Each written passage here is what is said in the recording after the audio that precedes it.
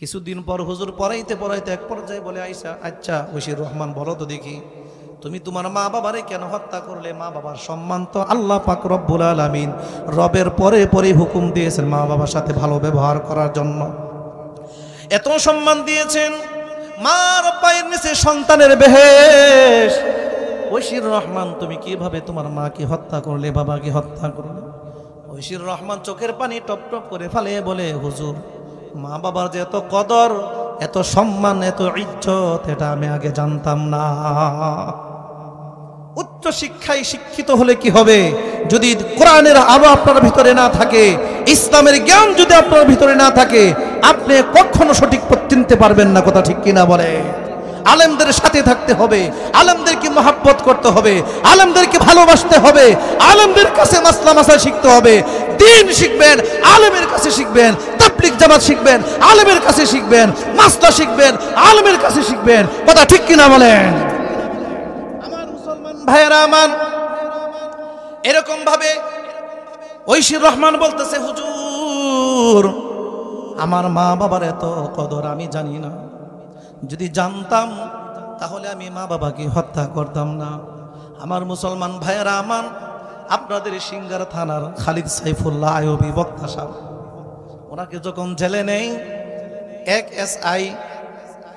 এক এসআই বলতেছে যে হুজুর আপনি দিয়ে মোবাইলে গরম গরম বক্তব্য দেন। হুজুর বলতেছে এটা ইমানি শক্তিতে বক্তব্য দেয়, আমার কিছু করার নাই।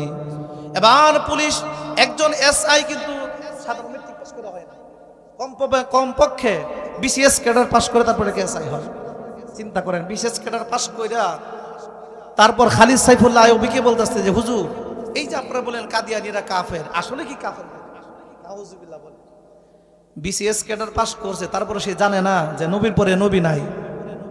কাদিয়ানীরা যে কাফের এটা সে জানে না। মুসলমান ভাইয়েরা আমার, এই না জানার কারণটা হলো আজকে আমাদের সন্তান কোরআন থেকে দূরে, হাদিস থেকে দূরে, উলামায়ে কেরাম থেকে দূরে, মসজিদ থেকে দূরে, মাদ্রাসা থেকে দূরে, যার জন্য আমাদের সন্তানগুলো উচ্চ শিক্ষায় শিক্ষিত হয় ঠিক আছে, কিন্তু তারা ইসলাম সম্পর্কে 0 পয়েন্ট। কথা ঠিক কিনা বলে? আমার মুসলমান ভাইয়েরা আমার, এই জন্য দ্বীনি শিক্ষা দেওয়া সন্তানদেরকে দ্বীনি শিক্ষা দিলে আপনার সন্তান জানবে, বুঝবে। আমার ভাইয়েরা, নবীর পরে নবী নাই। কথা ঠিক কিনা বলেন? নবীর পরে নবী নাই। আল্লাহ পাক রব্বুল আলামিন নিজে বলেন আমার এই নবীদেরই শেষ করে দিয়েছি, আর কোনো নবী আসবে না, নবুয়ত নিয়ে আসবে না। আল্লাহর রাসূল সাল্লাল্লাহু আলাইহি ওয়াসাল্লাম বলেন যে আমি আনা খাতামুন নবিয়্যিন, আমি হলাম সর্বশেষ নবী, আমার পরে আর কোনো নবী আসবে না। একজন নবী আসবে, কিন্তু আমাদের নবীর উম্মত হিসেবে আসবে হযরত ঈসা আলাইহিস সালাতু ওয়াস সালাম। আল্লাহর কাছে দোয়া করেছিলেন, ওগো আল্লাহ তোমার শেষ নবীর উম্মত হিসেবে আমাকে কবুল করে নাও। হযরত ঈসা নবীকে আল্লাহ পাক রব্বুল আলামিন আসমানে তুলে নিয়ে গেলেন। কিয়ামতের আগে যখন কিনা দুনিয়াতে আগমন করে হযরত ঈসা আলাইহিস সালাতু ওয়াস সালাম মক্কায় আসবেন সফর করে, 2টা বিবাহ করবেন, 2 ঘর থেকে 4 জন সন্তান হবেন, 4 জন সন্তান আর 2 জন 6 জন, এবং ঈসা আলাইহিস সালাতু ওয়াস সালাম, এই 7 জন মিলে সকলের মুখে এক বাক্য থাকবে কালিমা তয়্যিবা, লা ইলাহা ইল্লাল্লাহু মুহাম্মাদুর রাসূলুল্লাহ। আমার ভাইয়েরা আমার, পর্দার আড়ালের মা বোনেরা, কেউ যদি বিশ্বাস করে যে নবীর পরে নবী আছে, সাথে সাথে ঈমান তার চলে যাবে। যত ইবাদত করুক, যত আমল করুক, আল্লাহর কাছে কোনোটাই কবুল হবে না। মুসলমান ভাইরা আমার, ঈসা নবী এবার সফর করে মদিনায় যাবেন, দ্বীনের কাজ করবেন। এবার নিঃশ্বাস শেষ ত্যাগ করবেন মদিনায় রাসূল সাল্লাল্লাহু আলাইহি ওয়াসাল্লামের রওজার পাশে একটা জায়গা খালি আছে, ওইটা ঈসা নবীর জন্য বরাদ্দ করা হয়েছে। ঈসা নবী সেখানে শুইবেন। আমার ভাইয়েরা আমার, মুসলমান ভাইরা আমার, আমাদের ঈমান থাকবে যে নবীর পরে আর কোনো নবী নাই, আমাদের নবী শেষ নবী, আমাদের পরে আর কোনো নবী নাই। এই দেশে একটা গ্রুপ আছে কাদিয়ানি গ্রুপ, তারা বলে নবীর পরে নবী আছে, নাউজুবিল্লাহ বলেন। আমার ভাইরা, আপনার যদি ঈমান ঠিক না থাকে, আকীদা যদি ঠিক না থাকে, তাহলে আপনি জান্নাতের ঘ্রাণও পাবেন না। কথা ঠিক কিনা বলে মুসলমান ভাইরা আমার? এই জন্য ঈমান আকীদা খুব গুরুত্বপূর্ণ। আপনার বিশ্বাস থাকতে হবে যে আমার নবীর পরে আর কেউ নবী নাই, আমাদের নবী শেষ নবী। এটা আপনার ইয়াকিন করতে হবে, বিশ্বাস করতে হবে। যদি কেউ সন্দেহ করে সেও কাফের, স্বীকার করলেও সেও কাফের, তাদের সহযোগিতা করলেও সেও কাফের, তাদের সাপোর্ট করলেও সেও কাফের। মুসলমান ভাইরা আমার, নবীর পরে নবী নাই, আমাদের নবী সর্বশেষ নবী। যদি কেউ দাবি করে নবীর পরে নবী আছে, কোনো দলিল ছাড়া, দলিল লাগবে না, বিনা দলিলে কাফের। হাদিসের মধ্যে নবীজি বলেন 30 জন কিয়ামত আগ পর্যন্ত 30 জন দাবি করবে মিথ্যা নবী, তার মধ্যে অলরেডি 28 জন হয়ে গেছে মিথ্যা দাবি করেছে, আর মাত্র 2 জন আছে। কিয়ামত খুব নিকটে। যুবক ভাইরা আমার, বৃদ্ধ বাবাজিরা, আল্লাহ পাক রব্বুল আলামিন যুবক রে আজকে কত সুন্দর করে আমাকে তোমাকে দুনিয়াতে পাঠালেন। আমাদের ঈমান আমল চরিত্র সুন্দর করে গঠন করতে হবে। দুনিয়ার মধ্যে সবচেয়ে দামি চরিত্র, মহান চরিত্রের অধিকারী হলেন কে বলেন তো দেখি? সবচেয়ে মহান চরিত্রের অধিকারী ছিলেন দুনিয়ার মধ্যে, মানুষের মধ্যে বিশ্বনবী মুহাম্মাদুর রাসূলুল্লাহ সাল্লাল্লাহু আলাইহি ওয়াসাল্লাম। ও মুসলমান ভাই আমার, চরিত্র হলো 4 প্রকার। কয় প্রকার বলেন তো দেখি? 1 নাম্বার হলো অসৎ চরিত্র, 2 নাম্বার হলো সৎ চরিত্র, 3 নাম্বার উত্তম চরিত্র, 4 নাম্বার মহান চরিত্র। এই মহান চরিত্র কাকে বলে এক এক করে আপনাদেরকে ব্যাখ্যা দিব। আমার ভাইরা, অসৎ চরিত্র, এই 4 চরিত্রের ভিতরে সমস্ত মানুষ এই 4 চরিত্রের ভিতরে বিভক্ত আছে। দুনিয়ার যত মানুষ আছে সব মানুষ এই 4 চরিত্রের ভিতরে কোনো না কোনো একটার ভিতরে আছে। 1 নাম্বার হলো অসৎ চরিত্র। অসৎ চরিত্র কাকে বলে মুসলমান ভাইয়েরা আমার? মুফাসসিরগণ ব্যাখ্যা করেন, অসৎ চরিত্র বলা হয় বিনা দোষে মানুষকে কষ্ট দেওয়া। কথা বুঝেন না? অযথায় মানুষকে কষ্ট দেওয়া, সন্দেহ করা, তাকে কষ্ট দেওয়া, এটা হলো অসৎ চরিত্র। দেখা যায় অসৎ চরিত্র, মানুষ একজনের কাছ থেকে টাকা ধার আনে আর দেখা করে না, সাক্ষাৎ করে না, এই লোকটার চরিত্র ভালো না, অসৎ চরিত্র। এবার যখন কিনা সৎ চরিত্র ভিতরে চলে যাবেন, আপনাকে যদি কেউ আপনার কাছ থেকে 5,000 টাকা হাওলাত নিয়েছে, দেয় না, মাসের পর মাস চলে যায়, তার একটা বাড়িতে গরু আছে, গরুটা বিক্রি করলেন 20,000, এখন 20,000 টাকায় আপনি ভক্ষণ করলেন, কিন্তু আপনিও কিন্তু অসৎ চরিত্রের ভিতরে পড়ে গেলেন। আপনার 5,000 টাকা উঠাইবেন আর 15,000 টাকা তাকে ফিরিয়ে দিবেন, এটা হলো সৎ চরিত্র। যদি আপনি বেশি করেন, জুলুম করেন, আপনি অসৎ চরিত্রের ভিতরে পড়ে গেলেন। উত্তম চরিত্র হলো মুসলমান ভাইরা আমার, উত্তম চরিত্র তাকে বলা হয় যে কিনা আপনাকে কষ্ট দিয়েছে, আপনি তাকে মাফ করে দিলেন, প্রতিশোধ করেন নাই। প্রতিশোধ নেওয়া শরীয়তের অনুযায়ী নেওয়া জায়েজ আছে। আপনাকে যে পরিমাণ কষ্ট দিবে এই পরিমাণ কষ্ট দেওয়া জায়েজ আছে, কিন্তু আপনি মাফ করে দিলেন, চুপ করে রইলেন, এটা হলো উত্তম চরিত্র। মহান চরিত্র হলো মুসলমান ভাইরা আমার, যে কিনা আপনাকে কষ্ট দিয়েছে, আঘাত দিয়েছে, উল্টা আরো তার কাছে মাফ চেয়েছেন, আপনার হাতে কি কষ্ট পেয়েছেন কিনা, এই চরিত্রের অধিকারী ছিলেন একমাত্র মুহাম্মাদুর রাসূলুল্লাহ। সকলে বলেন সাল্লাল্লাহু আলাইহি ওয়াসাল্লাম। একমাত্র এই অধিকারী ছিলেন মুহাম্মদ সাল্লাল্লাহু আলাইহি ওয়াসাল্লাম। কাজেই মুসলমান ভাইরা আমার নবীকে নিয়ে ঠাট্টা করেছিল মক্কার কাফেররা, ঠাট্টা করে নাই? ঠাট্টা পাগল বলে উপাধি দিয়েছিল। আমার আল্লাহ পাক রব্বুল আলামিন সূরা নুনের ভিতরে স্পষ্ট দলিল প্রকাশ করে দেন যে আমার নবী পাগল নয়। নুন ওয়াল কলামি ওয়া মা ইয়াসতুরুন।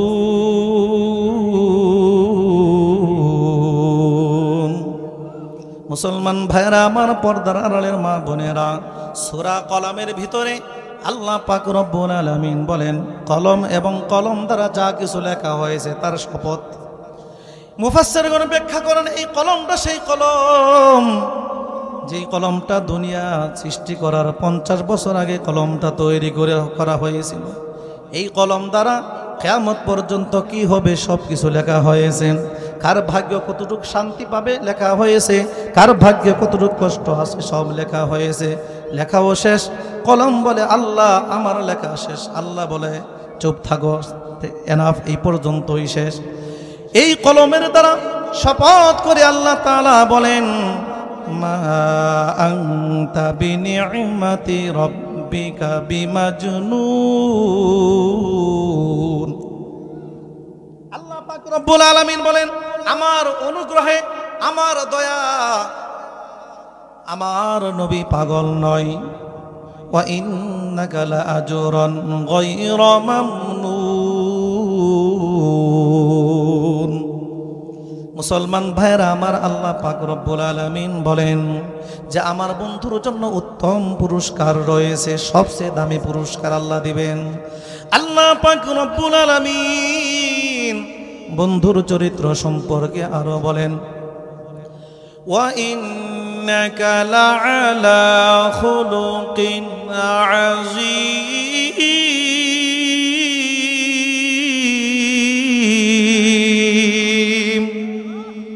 আল্লাহ পাক রব্বুল আলামিন বলেন যে সব কে পাগল, যারা দুনিয়াতে ঠাট্টা করেছে আমার নবীকে, নবী পাগল নয়, তারা বরং পাগল। ঠিক তেমনি আজকে যারা দুনিয়াতে আলেমদেরকে ঠাট্টা করে, আলেমদেরকে তুচ্ছ মনে করে, আলেমদেরকে নির্যাতন করে, তারা মনে করে যে আলেমরা কি জানে, আলেমরা কি বুঝে, আলেমের মূল্যায়ন যারা কম করবে মনে করে আলেমরা কিছু বুঝে না। আরে ভাই, তোমার সে আলেম ভালো বুঝে, কথা ঠিক কিনা বলে? এই জন্য মুসলমান ভাইরা আমার, জীবন চলে যাবে, কখনো কোরআন এবং হাদিসের বিরুদ্ধে উচ্চারণ করবেন না, কখনো আল্লাহ এবং রাসূলের বিরুদ্ধে যাবেন না। আপনার দল বড় নয়, আপনার ইসলাম আগে, কথা ঠিক কিনা বলেন? আমার ইসলাম আগে, দল পরে। আমার ভাইয়েরা, আমি আপনি মুসলমান, দুনিয়াতে যখন আসছি ডান কানে আজান, বাম কানে একামত হয়েছে, কথা ঠিক কিনা বলেন? তাহলে বলেন, নামাজের যখন কিনা আজান হয়ে যায়, একামত হয়ে যায়, তখন কি আর ইমাম সাহেব দেরি করে কিনা? আর দেরি করে না। আপনার আমারও ঠিক এমন, আজান হয়েছে, একামত হয়েছে, আর বেশি দিন দুনিয়াতে থাকার সময় নাই। অল্প হায়াতের ভিতরে যারা কিনা ঈমান নিয়ে কবরে যাইতে পারবে, আমল নিয়ে কবরে যাইতে পারবে, আল্লাহ পাক রব্বুল আলামিন তাদের জান্নাত দিবেন।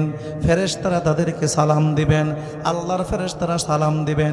এক পর্যায়ে আল্লাহ পাক রব্বুল আলামিন নিজেও তাদেরকে সালাম দিবেন, সালামুন কাওলাম মির রাব্বির রহিম।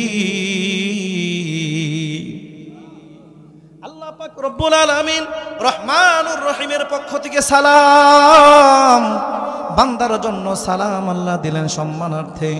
বান্দা দুনিয়াতে কষ্ট স্বীকার করেছে, জেল জুলুম স্বীকার করেছে, ঠাট্টা মস্করা স্বীকার করেছে, টুপি মাথায় থেকে নামাই নাই, মুখ থেকে দাড়ি কাটে নাই, নবীর সুন্নত অনুযায়ী চলেছে, কষ্ট করেছে। আজকে আল্লাহ বলবেন ফেরেশতারা, রে আমার বান্দার আর পরীক্ষা নেওয়া হবে না, বান্দাকে সোজা জান্নাতে দিয়া দাও। বেহেশতা যা কে আজারে নবাশাদ, কাসিরাবাহ কাসিকারে নবাশাদ। বেহেশতা যা কে আজারে নবাশাদ, কাসিরাবাহ কাসিকারে নবাশাদ। কবি বলেন, জান্নাতের ভিতরে, বেহেশতের ভিতরে এমন শান্তি হবে, দুনিয়ার কারো প্রতি আর মায়া মোহাব্বত কারো কথা মনে পড়বে না। সুবহানাল্লাহ বলেন। আমার সম্মানিত ভাইরা, আমার পর্দার আড়ালের মা বোনেরা, আমরা যেই দুনিয়াতে আলো বাতাস দেখলাম, দুনিয়াতে আসলাম কার মাধ্যমে? মা এবং বাবার মাধ্যমে আসছে, তাই না? এই দুইজনের মাধ্যমে তো দুনিয়াতে আসলাম। এই যে 4-5 দিন আগে যে ঘটনা ঘটলো, বগুড়ার ছেলেটা তার মাকে হত্যা করলো, জবাই করলো, আচ্ছা বলেন তো দেখি, এটা কোনো মানুষের কাজ হতে পারে? বলেন, কোনো মানুষের কাজ হতে পারে? আরে যুবক ভাই, অনেক যুবক ভাই আছে প্রেম করে, দেখা যা বিষ খায়, আত্মহত্যা করে, ফাঁসি লয়। এই যুবক, তোমার দাম নাই, তুমি কেন ফাঁসি লইবা? তুমি কেন বিষ খাইবা? তোমার দাম নাই। অনেক দেখা যায় স্বামী স্ত্রী মিল নাই, স্বামী বিষ খায় মরে গেছে, হয় না এরকম ঘটনা? আরে ভাই, তোমার কে কইছে মরার জন্য? তোমার জীবনের দাম আছে না, তুমি মরবা কেন? আমার ছেলে, আমার মেয়ে, আমরা যুবক যারা আছি, ছেলে মেয়ে যারা আছি, জীবন কেন বিলিয়ে দিব? জীবনটা আল্লাহ দিয়েছে, আল্লাহ যখন হুকুমে দিবেন তখনই দুনিয়া থেকে যাব। কথা ঠিক কিনা বলে? কেন আত্মহত্যা করব? কে বলেছে আত্মহত্যা করার জন্য? আমার ভাইয়েরা, এই যে বগুড়ার ছেলেটা তার মাকে জবাই করেছে, হত্যা করে ডিপ ফ্রিজে রেখে দিয়েছে। ওই যে ঐশীর রহমান তার মা বাবাকে হত্যা করেছে, মা বাবার কত গুণ এটা সে বুঝে নাই। কথা বলেন ঠিক কিনা বলেন? মা যখন দোয়া করে সাথে সাথে আল্লাহ কবুল করে নেয়, বদ্ধ হোক আর ভালো দোয়া হোক, সাথে সাথে কবুল হয়ে যায়। আমার বন্ধুগণ, আমার মায়ের বদ্ধ যেই নেই, সাথে সাথে আল্লাহ পাক রব্বুল আলামিন আরশ কেঁপে যায়। এই জন্য নবীজি বলেন, দুনিয়াতে যার মা আছে, বাবা আছে, সকালবেলা ঘুম থেকে উঠে যদি মা বাবাকে মুস্কি হাসি দিয়ে কথা বলে মা বাবার মনে হাসি ফোটাইতে পারো, তোমার জন্য 2টা জান্নাতের দরজা খোলা রাখা হবে। জুড়ে বলেন না সুবহানাল্লাহ। আর মা নেই, বাবা আছে, অথবা বাবা নেই, মা আছে, সকালবেলা ঘুম থেকে উঠে যদি একজনকে খুশি করতে পারো, তাহলে তোমার জন্য একটা জান্নাত খোলা হবে। সুবহানাল্লাহ। আমার যুবক ভাইয়েরা, বৃদ্ধ বাবাজিরা, পর্দার আড়ালের মা বোনেরা, মা বাবা কত দামি। যাদের মা নাই, বাবা নাই, তারা বুঝেন, হারে হারে টের পান। কত মানুষ দেখেন কিন্তু মায়ের মতন মায়াবী চেহারা দেখেন। কত মানুষ আদর করে, মায়ের আদরের মতন হয় না। কথা ঠিক কিনা বলেন? কত মানুষ দেখি বাবার মতন আর মানুষ দেখি না। যার মা নাই, বাবা নাই, দুনিয়াতে মনে হয় তার কিছুই নাই। মা বাবা যাদের আছে সম্মান করেন, ইজ্জত করেন, রিজিকের দুয়ার আল্লাহ পাক রব্বুল আলামিন খুলে দিবেন। মুসলমান ভাইরা আমার, মাকে যারা কষ্ট দেয়, আল্লাহর একজন নবীজির সাহাবী হযরত জুরাইজ যখন কিনা নামাজে দাঁড়াইছে, নামাজে দাঁড়ানোর পর তার মা গেছে ডাক দিছে জুরাইজ। ডাক দেওয়ার পর জুরাইজ চিন্তা ভাবনা করলো, সলাতি ওয়া উম্মতি, আমার নামাজ, আমার মা, আমি কোনটা আগে করব? নামাজে এসে দাঁড়িয়ে আছে, নামাজ ছাড়ে নাই। দ্বিতীয় দিন আবার ডাক দিছে, একই অবস্থা, মাকে দেখে নাই। তৃতীয় দিন আবার ডাক দিয়েছে, নামাজ বাদ দেই নাই। তার মা বলে, জুরাইজ রে, আমাকে দেখে না তুই কি বেশ্যার চেহারা দেখবে? মা রাগ করে কথা বলছে। একজন নবীর সাহাবী জুরাইজ নামাজ বাদ দিয়ে তার মাকে দেখে নাই। নবীজি বলেন, জুরাইজ যদি আলেম হইতো, যদি আলেম হইতো তাহলে নামাজ ছেড়ে দিয়ে মাকে দেখতো। নামাজ একটু পরেও পড়তে পারবে। মার চেহারা দিকে তাকাইলে কবুল হজের সব পাওয়া যায়। সে ছিল আবেদ। এই জন্য রসুল বলেন, 1000 আবেদের চেয়েও একজন আলেমের দাম বেশি। কথা ঠিক কিনা বলেন? 1000 বার 1000 চিল্লা দাও, একজন আলেমের সমান হতে পারবা না। কথা ঠিক কিনা বলেন? এই জন্য মুসলমান ভাইরা আমার, মা যখন বলেন, জুরাইজ, আমার চেহারাটা দেখলে না তাকিয়ে তুই কি বেশ্যার চেহারা দেখবি কিনা? জুরাইজ জঙ্গলে একটা ঘর ছিল, কুরের ঘরের মতন, সেখানে ইবাদত করত, একা একা নিরালায় নির্জনে আল্লাহকে ডাকতো, আল্লাহর হুকুম মানত, সেখানে যে ইবাদত করত। ঘটনাক্রমে ওই মহল্লার ভিতরে একজন মেয়ের সন্তান হয়েছে, বাবা খুঁজে পাওয়া যায় না, যারা তো সন্তান হয়েছে। এলাকার মানুষ বলতেছে, এই ঘটনা কে ঘটাইল? মহিলা বলতেছে, ষড়যন্ত্র করে এই ঘটনা জুরাইজ করেছে। আসলে জুরাইজ কিন্তু করে নাই। এবার মহল্লার ভিতরে লোক ওই জঙ্গলে যে জুরাইজকে ঘর থেকে টেনে এনে ঘরটা ভেঙে দিয়ে আগুন লেগে পুড়ে দেয়, জুরাইজকে মারে আঘাত করে। জুরাইজকে বলে, জুরাইজ তুমি জঙ্গলের ভিতরে ইবাদত করতা আমরা জানতাম, কিন্তু তুমি যে বদমাইশ লুচ্চা এটা আমরা জানতাম না। জুরাইজ বলে কি হয়েছে? বলতেছে অমুক মহিলার সন্তান হয়েছে, সবাই ওই মহিলাও স্বীকার গেছে তুমি এই কাজ করেছ। জুরাইজ বলেন মহিলা এবং সন্তানকে নিয়ে আসেন। কাছে যখন নিয়ে যায়, জুরাইজ যখন বলল সন্তানকে যে হে আল্লাহর বান্দা, তুই যদি আল্লাহকে বিশ্বাস করে থাকো সত্যি করে বল তোর বাবাকে। আল্লাহ পাক রব্বুল আলামিনের কুদরতি আল্লাহ তাকে হেফাজত করলেন। ছোট নাবালক বাচ্চা কুলে কথা বলতে পারেন, আল্লাহ জবান খুলে দিলেন। জবান খুলে দিয়া বলেন ওগো এলাকার মানুষ, আমার বাবা জুরাইজ নয়, আমার বাবা আরেকজন। এলাকার সবাই অনুতপ্ত হলো, জুরাইজ আমরা ভুল করেছি, ক্ষমা করে দাও, আমাদেরকে মাফ করে দাও, আমরা তোমার ইবাদত খানা ভেঙ্গে পুড়ে দিয়েছি, ক্ষমা করে দাও, আমরা তোমাকে স্বর্ণের ইট দিয়ে তৈরি করে দেই। জুরাইজ বলে না, আমার আগে যেরকম ভাঙ্গা করছিল এরকম হলেই হবে। মুসলমান ভাইয়েরা আমার, মায়ের বদ্ধ দেখেন কতটুকু কাজে লাগে যায়। আল্লাহর নবীজির আর সাহাবী, মৃত্যুর সময় তার মৃত্যু হইতেছে না, কষ্ট হইতেছে। নবীজিকে ডাক দেওয়া হয়, ওগো নবীজি, ইয়া রাসূলুল্লাহ, ইয়া হাবিবাল্লাহ, আপনার অমুক সাহাবী তো কষ্ট হইতেছে। নবীজি যায় দেখেন, দেখার সাথে সাথে বলল ওনার মা জীবিত আছে কিনা? আছে। ওনার মাকে ডাক দাও। ডাক দিয়ে বলতেছে আপনার সন্তানকে আপনি ক্ষমা করে দিন।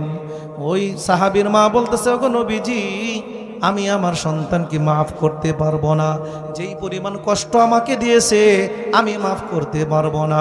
নবীজি বলেন আপনি যদি আপনার ছেলেকে যদি মাফ না করেন, তাহলে আপনার ছেলেকে জ্বলন্ত আগুনে পুড়িয়ে দিব আমরা। এবার রাসূল তো বলেছেন তার মাকে একটু ভয় দেখানোর জন্য বলেছেন। এবার মা বলতেছে হুজুর, আমার সন্তানকে আগুনে পোড়ায়েন না, আমার সন্তানকে আমি মন থেকে মাফ করে দিলাম। সাথে সাথে জানটা চলে যায়, কবজ হয়ে যায়। তাহলে মায়ের যদি বদ্ধ লাগে মৃত্যুর সময় শাস্তি ভোগ করতে হবে, বাবার যদি বদ্ধ লাগে সন্দেহ করবেন, মানুষের লাঞ্ছিত করবে আপনাকে, মানুষ আপনাকে অপমান করবে, সমাজে আপনাকে দাম দেবে না। যতক্ষণ পর্যন্ত মা বাবা আপনার প্রতি খুশি না হবে, আল্লাহও খুশি হবেন না, রাসূলও খুশি হবেন না। কথা ঠিক কিনা বলেন? আমার ভাইয়েরা আমার, এই দুনিয়ার আলো বাতাস যার মাধ্যমে আমরা আসলাম, এই মাকে আমরা কিভাবে হত্যা করি। বগুড়ার সাতকানির মাথায় যুবক রে, কিভাবে তুই তোর মাকে হত্যা করলি? ঐশীর রহমান তোর মা বাবাকে কিভাবে জবাই করলি? এই যুবক ভাইরা, যুবতী বোনেরা, মা বোনেরা, শুনে রাখুন, এই দুনিয়ার মধ্যে সবচেয়ে মায়াবী মা, সবচেয়ে বেশি দরদি হলো মা। কথা ঠিক কিনা বলেন? মার সাথে ছেলের কেমন সম্পর্ক?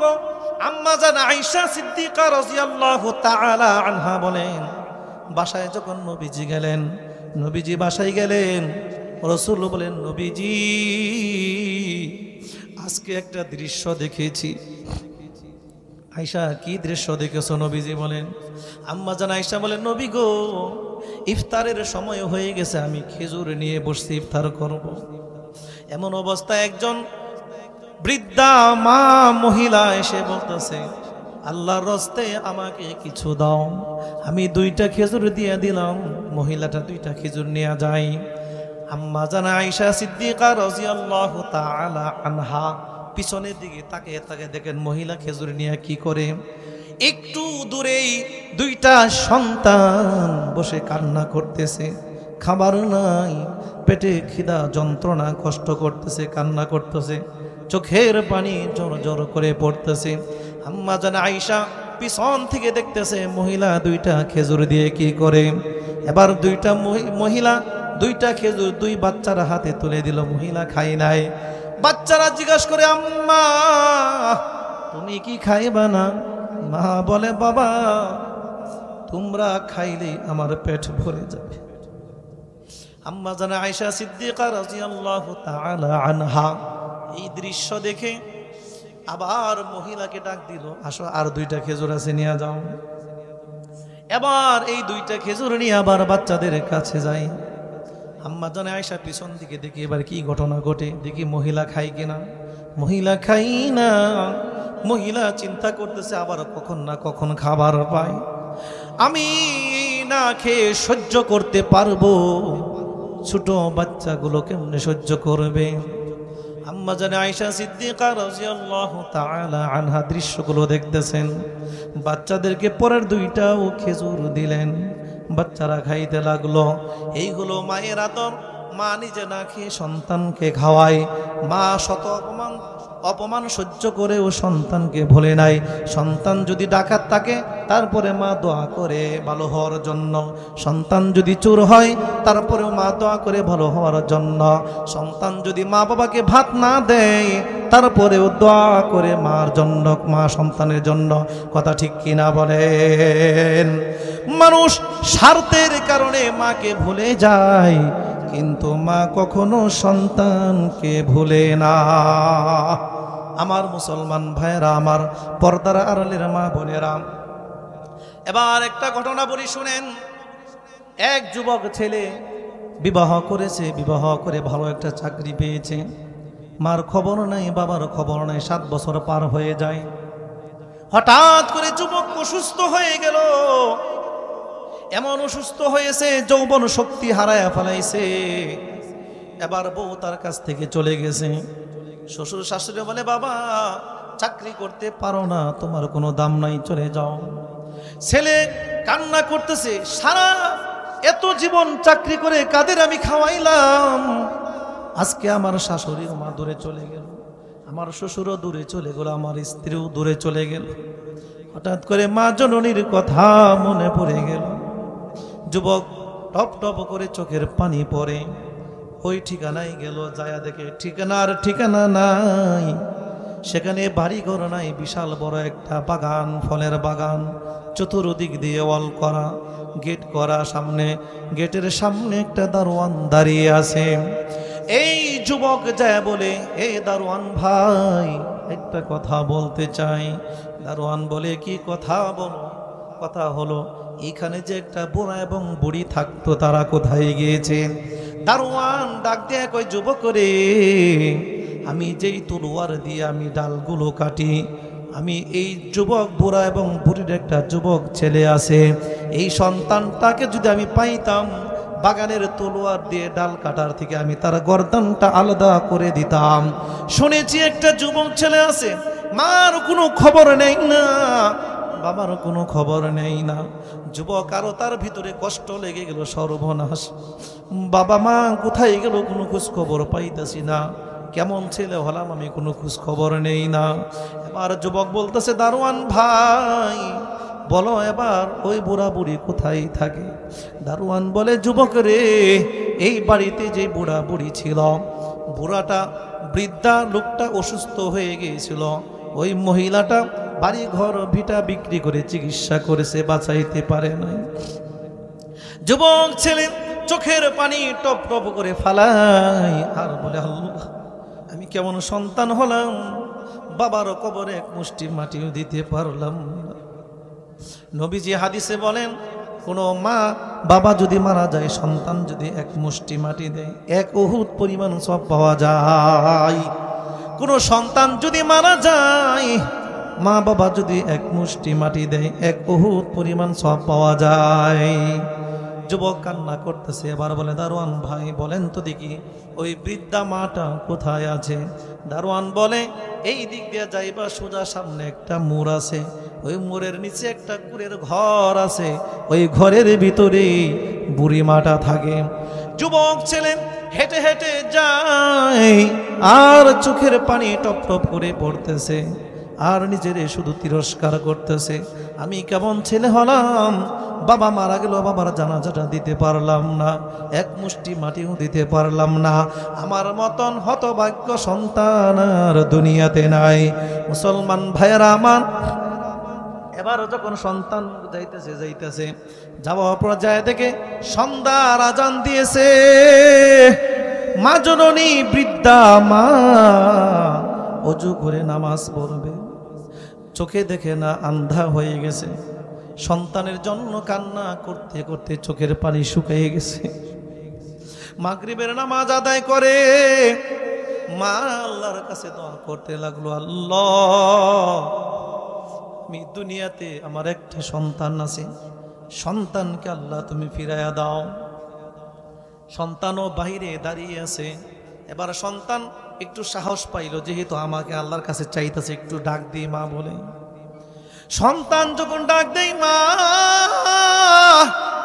মা বলে ডাক দেওয়ার সাথে সাথে বৃদ্ধা মা ঘর থেকে দৌড় দিয়ে যখন বাইর হতে লাগলো, ঘরের ভিতরেই হামাগুড়ি খেয়ে পড়ে গিয়েছে। আবার উঠে আবার আসা শুরু করলো। এবার বাহিরে এসে বাবাকে জড়ায় ধরে, বাবা দীর্ঘ 7 বছর কোনো খবর নেও নাই রে বাবা, আমার চক্ষু দুইটা অন্ধ হয়ে গেছে রে বাবা, তোমার জন্য কান্না করতে করতে। আরে বাবা তোমাকে আর দেখার আমার সাধ হবে না, চক্ষু দিয়ে আমি আর দেখতে পারবো না রে বাবা। আয় বাবা আয়, কাছে আয়। মা মাথায় হাত বুলিয়ে দেয়, গালে হাত বুলিয়ে দেয়, বুকে হাত বুলিয়ে দেয়, শরীরে হাত বুলিয়ে দেয়। এই হলো মায়ের আদর, মায়ের ভালোবাসা। সন্তান ভুলে যায় কিন্তু মা সন্তানকে ভুলে না। কথা ঠিক কিনা বলেন? এই জন্য মা বাবা চলে গেলে কি করবে? মা বাবা নাই, এখন কি করবে? মার বয়সী যে খালা আছে তাকে সম্মান করবেন, ইজ্জত করবেন, মাঝে মাঝে হাদিয়া দিবেন। বাবা নাই, বাবার বয়সে যারা আছে তাদেরকে সম্মান করবেন, ইজ্জত করবেন, মাঝে মাঝে হাদিয়া দিবেন। আর মা বাবার জন্য দান করবেন। রাজি আছেন তো ইনশাল্লাহ? ইনশাল্লাহ আছেন তো আমার ভাইরা? দেখি এখানে হাত উঁচান দিয়ে, কার মা নাই হাত উঁচা করেন। মা নাই কার হাত উঁচা করেন, হাত নামান। বাবা নাই কার হাত উঁচা করেন। আমারও তো বাবা নাই, হাত নামান। আচ্ছা মাও নাই বাবাও নাই, এমন কার আছে? মাও নাই বাবাও নাই, হাত নামান। তাহলে সকলে আমরা কেউ না কেউ হারাইছি। কথা ঠিক কিনা বলে? যদিও মা বাবা বেঁচে থাকে, দাদা নাই, দাদি নাই, নানা নাই, নানি নাই, অনেকে আত্মীয় স্বজন আমাদের চলে গেছে, কেউ বলতে পারবে না যে আমাদের কেউ হারায় নাই। বলতে পারবে কেউ? আমার সম্মানিত ভাইয়েরা, আমার আজকের এই মাহফিলের জন্য, মা এবং বাবার জন্য